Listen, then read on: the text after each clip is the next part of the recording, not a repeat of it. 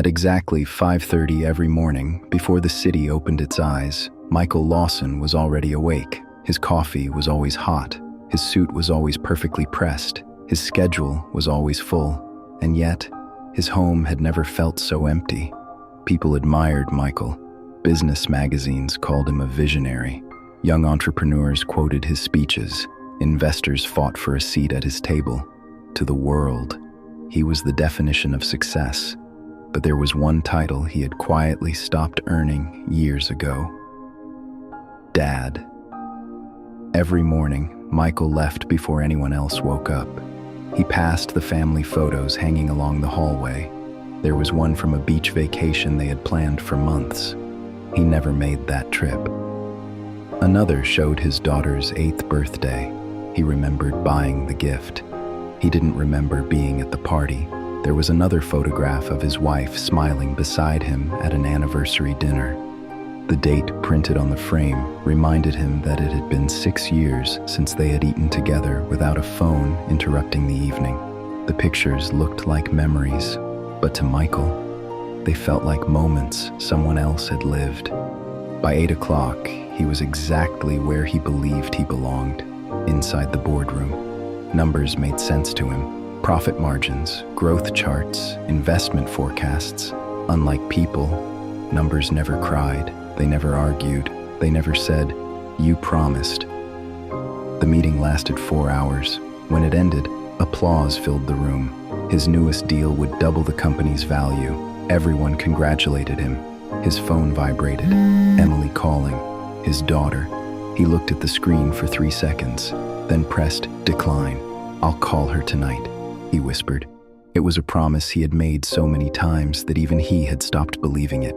Across town, Emily stood backstage, adjusting her costume with trembling hands. Months of rehearsals had led to this night. She wasn't nervous about performing. She was nervous about one empty chair. She looked through the curtain. Front row, seat B12, reserved, just as her teacher had promised. Emily smiled. "He'll come," she whispered to herself. 5 minutes later, the lights dimmed, the music began, the chair remained empty. She danced anyway. Every spin, every step, every smile was secretly hoping the auditorium doors would open. They never did. It was nearly 10 o'clock when the office finally became quiet. The cleaning staff began their nightly routine. An elderly janitor slowly pushed his cart into Michael's office. He noticed the untouched dinner on Michael's desk. With a gentle smile, he asked, "Long day?" Michael laughed. "They're all long days." The old man nodded. Then he looked at a family photograph sitting beside the computer. "Beautiful family." Michael smiled proudly. "They are." The janitor was silent for a moment. Then he asked a question so simple, it would echo in Michael's mind for the rest of his life. He said, "Do they know that?" Michael frowned. "What do you mean?" The old man looked toward the photograph again before quietly replying, "Providing for your family is important, but being present," he paused, "is how they know they're loved." The room fell silent. For the first time in years, no business report, no investor, no headline had ever made Michael feel as uncomfortable as those few words. That night, Michael drove home in complete silence. For the first time, he wasn't thinking about tomorrow's meeting. He was thinking about every tomorrow he had already missed. The next morning began just like every other morning. The smell of freshly toasted bread filled the dining room. Emily was already dressed for school. She looked up as her father walked downstairs. For a brief moment, she smiled. "Morning, Dad." Michael smiled back while fastening the last button on his jacket.